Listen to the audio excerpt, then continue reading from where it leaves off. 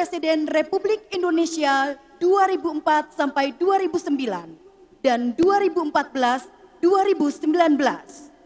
Bapak Yusuf Kala untuk menyampaikan pesan kebangsaan.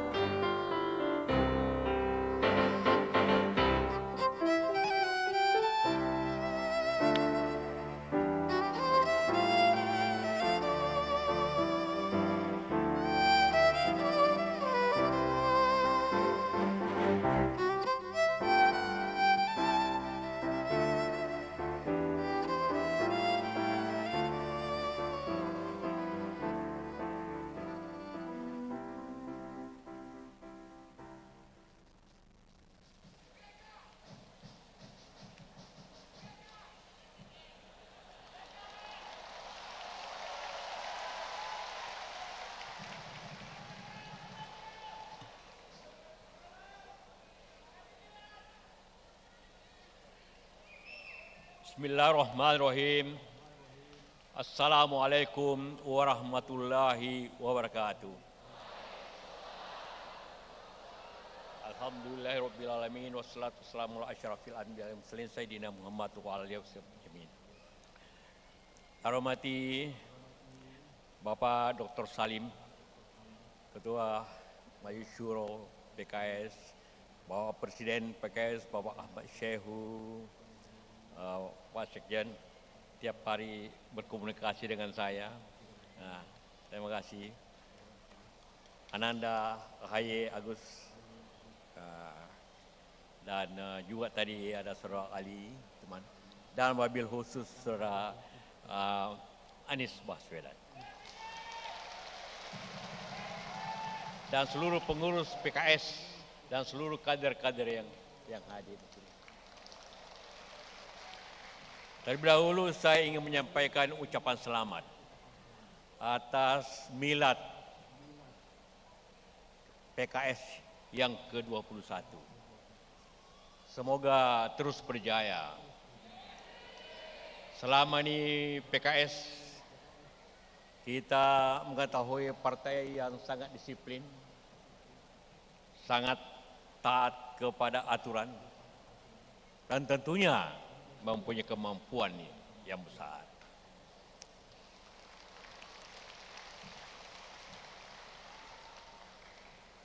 Di DPR ada 9 partai, kita tahu semua. 3 yang memakai nama Demokrat. Partai Demokrat sendiri, Partai PDIP Perjuangan, dan juga Nasional Demokrat Nasdem. Dan yang lainnya ada Kebangkitan, ada Amanah, ada Persatuan, dan lain-lain. Karya. Hanya PKS yang memakai nama Keadilan Sejahtera yang merupakan tujuan kemerdekaan yang tercantum dalam Undang-Undang Dasar Mukaddimah yang tidak bisa boleh dirubah, yang mengatakan bahwa tujuan kita merdeka adalah merdeka, bersatu, berdaulat, adil, dan makmur, sama dengan sejahtera. Kita sudah merdeka, kita sudah bersatu walaupun kadang-kadang konflik. Kita sudah berdaulat. Yang harus terus dijaga di tingkatan ialah keadilan dan kesejahteraan. Karena nama itu penting. Bukan hanya untuk dikenal, tapi merupakan falsafah hidup. Merupakan tujuan. Tentu Demokrat juga mempunyai tujuan yang sama dengan cara Demokrat. Demokrat itu cara untuk mencapai tujuan. Kalau PKS berbicara tentang tujuan. Karena itulah tentu bukan hanya untuk menjadi nama, tapi harus menjadi falsafah hidup dari Anda semua yang hadir di sini. Menjadi tugas sehari-hari daripada semua kader PKS untuk menjaga keadilan dan kesejahteraan bangsa ini. Selama kita merdeka, ada 15 kali konflik, mulai daripada Madiun, RMS, PRRI, Permesta, Tim-Tim, Poso, Ambon, Aceh, Kalimantan, dan sebagainya. 10 konflik itu karena ketidakadilan. Aceh tidak memberontak karena ingin syariah, itu bukan. Dia merasa ekonomi Aceh sangat kaya tapi mendapat lebih sedikit. PRRI Permesta berontak bukan karena ingin merdeka, tapi kenapa daerah kurang diperhatikan.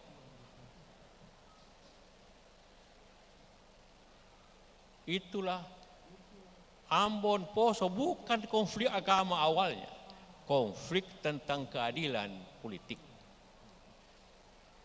Jadi keadilan adalah fondasi yang penting dalam kehidupan kita semua. Kesejahteraan adalah selalu menjadi tujuan bangsa apa saja. Kita semua. Kita semua bertanggung jawab. Saya pernah Pres 2 kali, pernah jadi menteri. PKS pernah menjadi pemerintah bersama-sama tentu di bawah Pak SBY. Karena itulah kita bertanggung jawab ke negeri ini dengan yang sama dengan siapapun. Karena kita bertanggung jawab yang sama, maka kita mempunyai hak yang sama untuk memajukan negeri ini.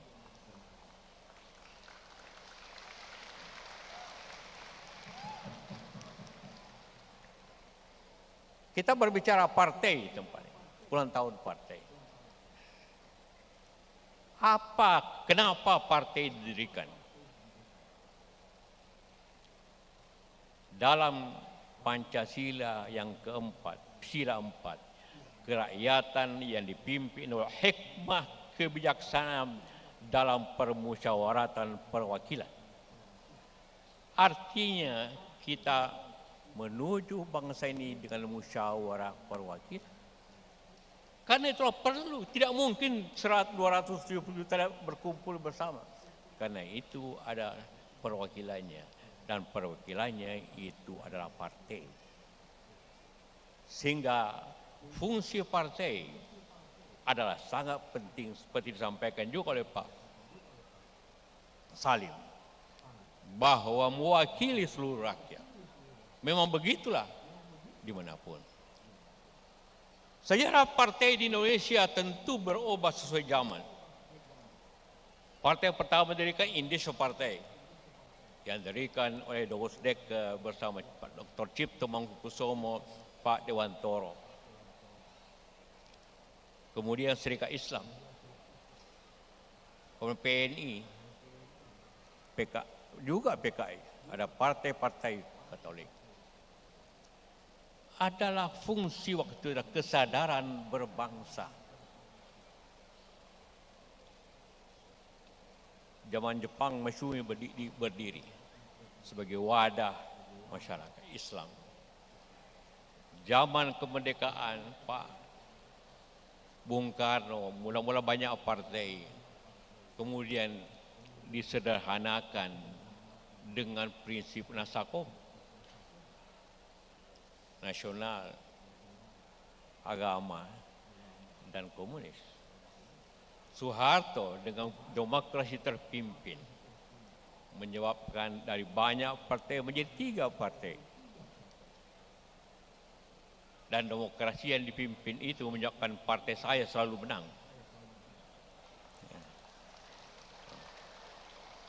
Reformasi merubah semua itu. Kita berada di sini karena hasil reformasi kumpul PKS. Apa maknanya? Bahwa memang perubahan demi perubahan adalah sesuai zamannya. Tadi disampaikan Pak Salim, lanjutkan yang baik, sempurnakan yang belum sempurna, dan ganti yang tidak bermanfaat.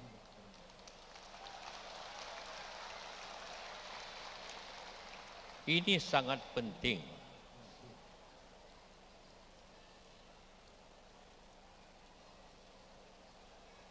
Karena tanpa perubahan, karena kenapa kita menetapkan presiden itu hanya 10 tahun. Pengalaman sebelumnya, makin lama makin mundur demokrasi, makin mundur pemerintahan. Kemudian timbul revolusi. Tahun 65 Tampunan menjatuhkan Bung Karno. Tahun 98 menjatuhkan Pak Harto. Suatu kebiasaan yang kurang baik untuk satu bangsa. Karena itulah maka ada pembatasan pendapatan. Maka siapapun yang ingin keluar dari batasan itu berarti melanggar kehendak rakyat. Melanggar tujuan kita bernegara. Itulah tentu bahagian daripada upaya itu sendiri.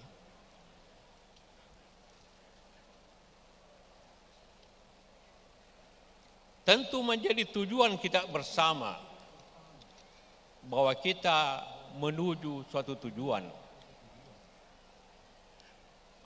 Apakah kita sudah mencapai kesejahteraan? Ya, ada perubahan. Dari pendapatan 2.000, 3.000, menjadi 4.000 per kapita. Namun ini belum cukup dan dibanding dengan negara sekitar kita. Singapura jauh, Malaysia jauh, Thailand jauh. Sedikit lagi apabila kita tidak bergerak dengan baik tanpa perubahan, Vietnam akan lebih baik dari kita. Karena itulah maka usaha bersama ini sebagai rakyat, sebagai bangsa yang mempunyai tanggung jawab bersama adalah suatu kewajiban bersama. Semua berhak. Keadilan juga harus dijaga. Karena banyak pihak juga tidak menjaga keadilan. Baru-baru ini viral kenapa jalan di Lampung, di Jambi, dan juga di Makassar rusak luar biasa. Di dalam pihak kita bangga bahwa pemerintah, juga waktu saya pemerintah, mempunyai jalan tol 2.600 km. Kita penting, kalau tidak macet untuk Lebaran. Dan lain-lain, penting sekali jalan tol. Tetapi 170.000 kilometer jalan rusak di Indonesia. Itu data BPS. Artinya adalah orang bisa menganggap kalau mau jalan baik hanya orang mampu yang bisa jalan baik karena dibayar. Tapi jalan rakyat yang dijalani tiap hari oleh petani kita, oleh pedagang kecil kita, oleh siapapun, rusak tidak diperbaiki. Itu ketidakadilan untuk rakyat. Contoh yang kecil saja. Sekali lagi saya juga turut bertanggung jawab tentu. PKS bertanggung jawab karena pada ikut dalam pemerintah. Demokrat apalagi. Tapi jangan kita lihat sesuatu dari apa yang dilihat orang. Lihat yang apa dirasakan oleh rakyat bangsa ini. Petani karena tidak bisa bayar jalan tol, maka jalannya berlubang-lubang. Itu prinsip keadilan. Siapapun nanti presiden yang baru harus merubah kewajibannya. Kenapa jalan tidak diperbaiki? Menteri PUH orang hebat, tapi dana tentu tidak ada. Karena kita memilih proyek yang mahal-mahal dan itu manfaatnya tidak seperti apa yang diharapkan. Itulah keadilan, itulah fungsi peranan partai di DPR untuk melihat itu secara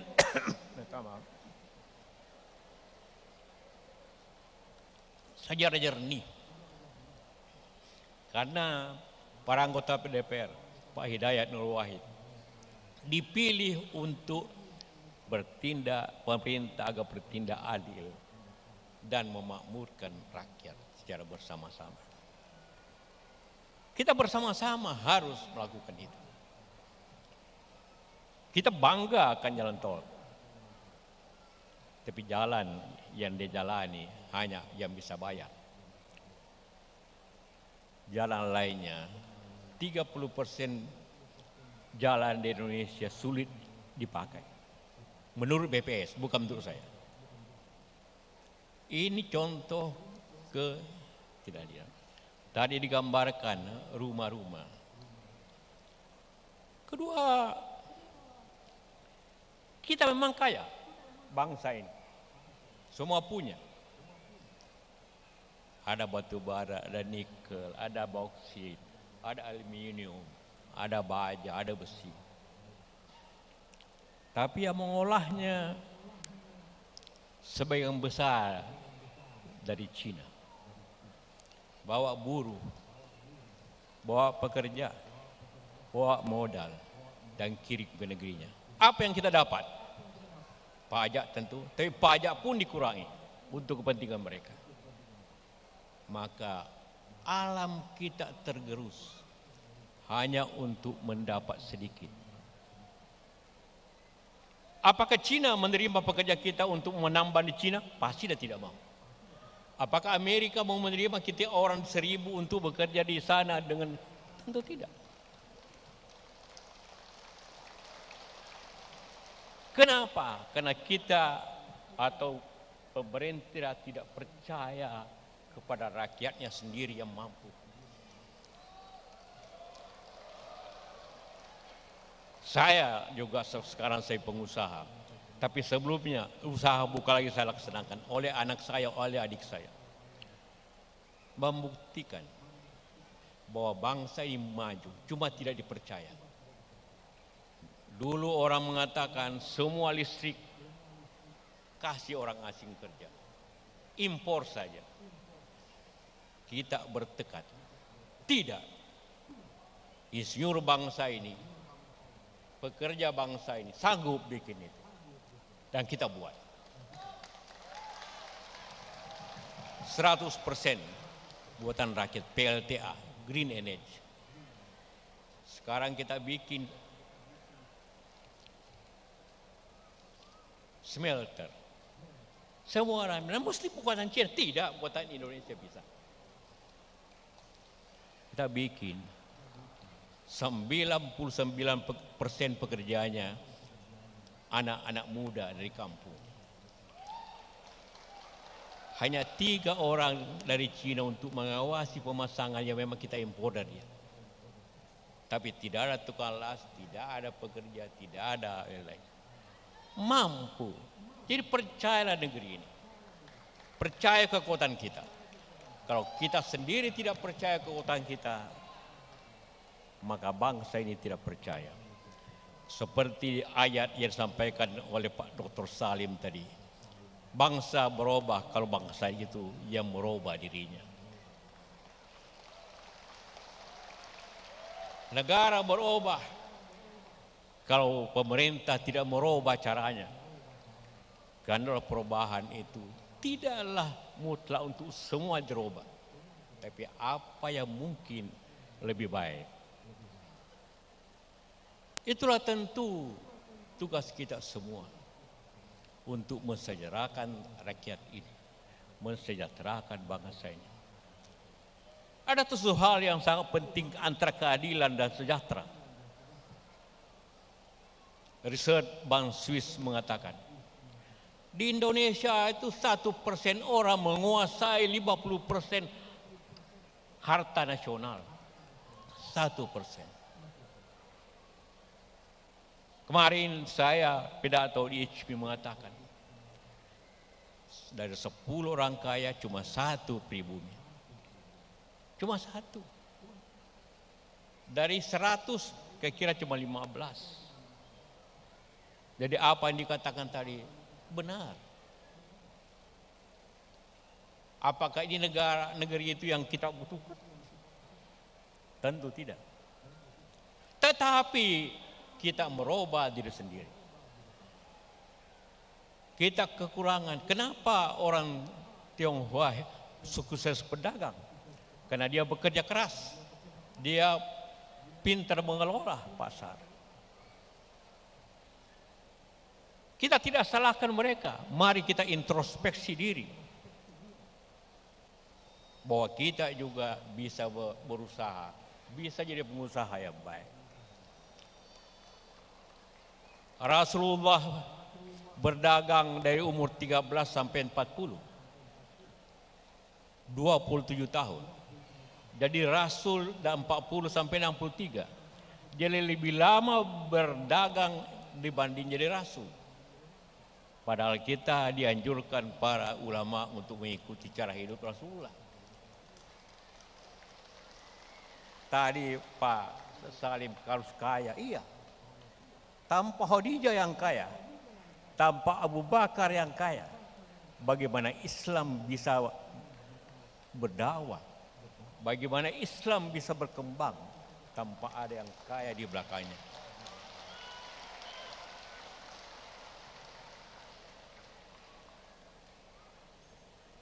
Saya selalu katakan di mana juga. Ada 5 rukun Islam. Semua tahu ini. Mana tahu semua. Kita diajarkan. Sejak tabang kanak kita tahu itu. Syahadat, salat, puasa, zakat, haji. Sebagian besar umat Islam di Indonesia ini percaya 5, tapi yang dilakukan hanya 3. Kenapa? Karena zakat dan haji membutuhkan kemampuan materi. Karena itulah maka kalau kekayaan Indonesia hanya dikuasai 1%, kalau dari 10 orang yang mampu hanya 1 pribumi, siapa yang salah? Kita yang salah. Ajaran agama mengatakan habis salat berjamaah, keluarlah tabrakan untuk mencari rezeki. Kenapa kita tidak lakukan itu? Yang benar. Karena itulah fondasi daripada agama kita. Karena itulah harapkan BKS punya hanya berbicara kencang tentang politik. Tidak hanya berbicara apabila ada pemilu dan pilkada. Tapi berbicara bagaimana rakyat sejahtera dengan berusaha sebaik-baik. Itulah kekurangan kita. Kita tidak kekurangan politisi. Kita tidak kekurangan insinyur. Kita tidak kekurangan pemimpin. Ya orang mau jadi gubernur dan sebagainya. Tapi kita sekarang ini kekurangan orang yang mau berusaha. Itulah baru bangsa yang bisa maju. Dalam sejarah tentang kemajuan bangsa ada 4 perkembangan. Pertama, ilmu. Ilmu akan menjadi teknologi apabila dikerjakan. Teknologi akan menjadi inovasi.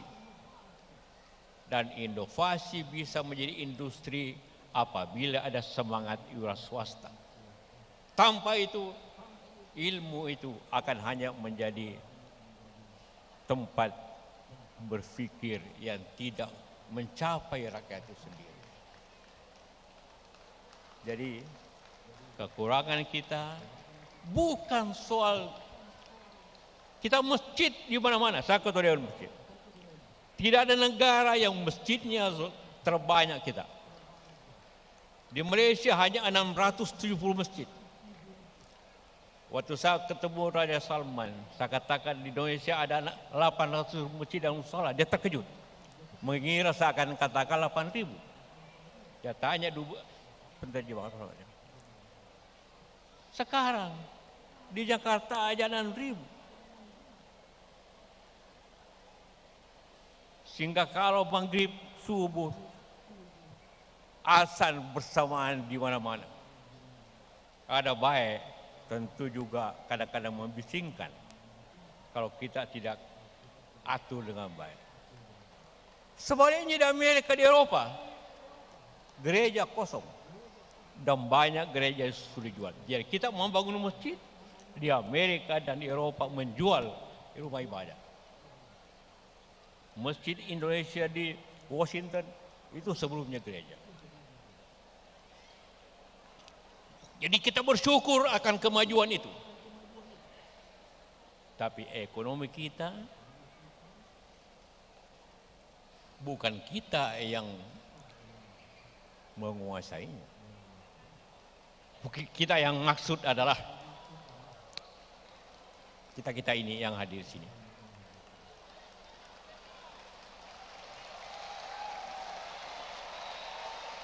Karena itulah maka mari jiwa kita. Kita tidak ingin merusak. Siapa pasangkan ITB, siapa pasangkan Jamada, Luna, tidak boleh merusak. Yang maju biar dia maju. Kita belajar yang maju. Dalam rapat pemuda masjid saya katakan dan juga pengurus DMI. Kalian ingat hadis Rasulullah. Utlubul ilmu walau bisin. Belajarlah sampai di Cina. Karena di sini banyak Cina, buat apa ke Cina? Belajar aja pada Cina. Jadi bukan kita akan meruntuhkan ini, tidak. Belajar dari mereka kita. Jangan menerima nasib. Barulah kita bisa menciptakan tujuan BKS kesejahteraan. Ya. Keadilan dan sejahtera. Karena itulah maka apa yang kita hadapi akan datang. Kita hadapi masalah ekonomi, masalah politik, masalah keamanan, dan juga masalah sosial. Apabila ini berlangsung terus akan terjadi masalah besar. Kita harus berusaha jangan terulang 65, 65, 66, 74, dan 28. Jakarta dibakar. Kita tidak mau itu. Karena sebelum itu terjadi, maka kita harus berkeadilan dalam ekonomi, berkeadilan dalam politik. Tapi kita harus berusaha.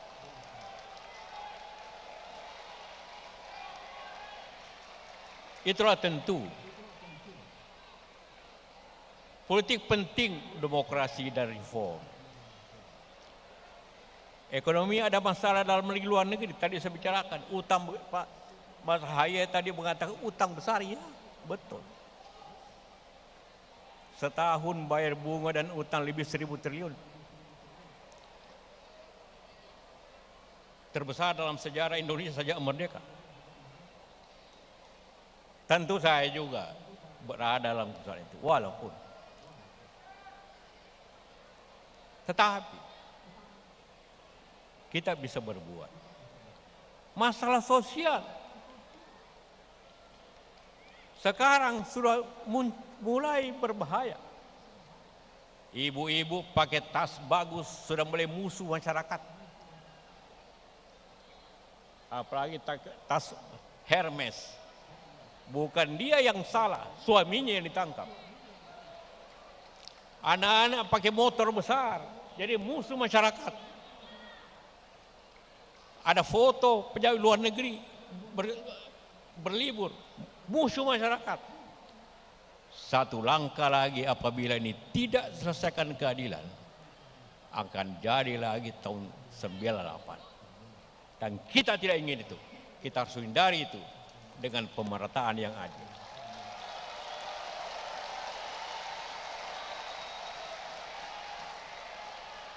Karena itu apapun. Karena itu banyak yang berkomentar, wah Pak JK itu rasis. Justru saya menjaga agar tidak jadi rasis. Kita bebas berbicara. Tapi yang rasis itu klaim merusak. Akan terjadi apabila tidak ada keadilan. Tidak ada kemakmuran. 98 begitu. 74 begitu. Jarak antara 74 25 tahun. Sekarang 15 tahun. Jagalah negeri. Mari kita jaga bersama-sama. Tetapi tidak hanya menjaga, rebut kekuasaan untuk kemajuan.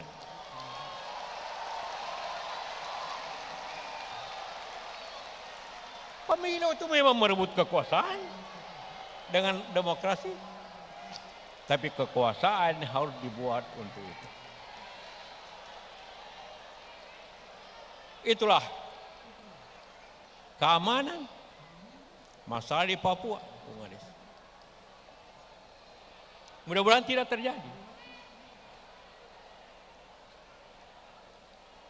Jadi banyak masalah-masalah. Saudara Anies, adindanya, 5 tahun Anda akan bukan tempat yang nyaman untuk mengurus negeri itu.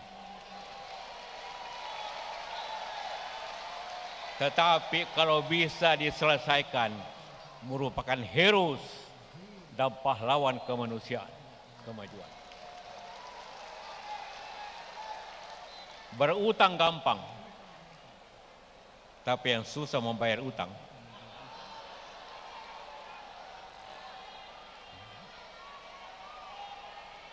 Kita diwariskan untuk membayar utang.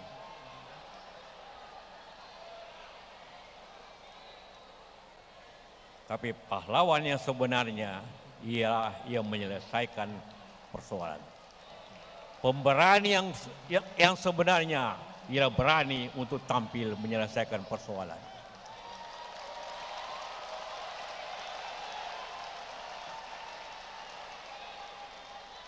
Itulah harapan kita semua. Marilah kita bicara ke PKS bagaimana partai Islam.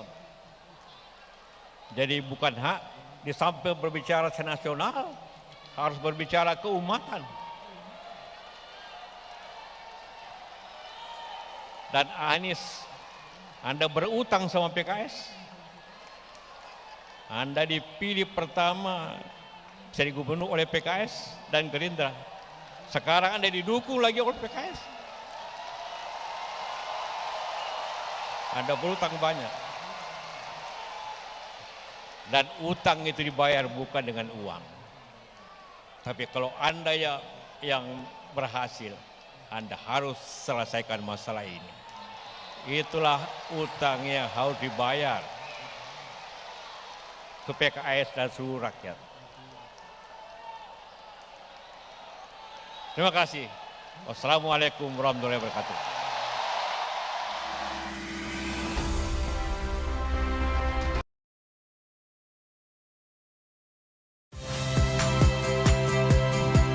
Saya Cynthia Rompas.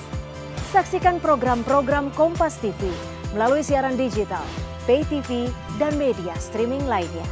Kompas TV, independen, terpercaya.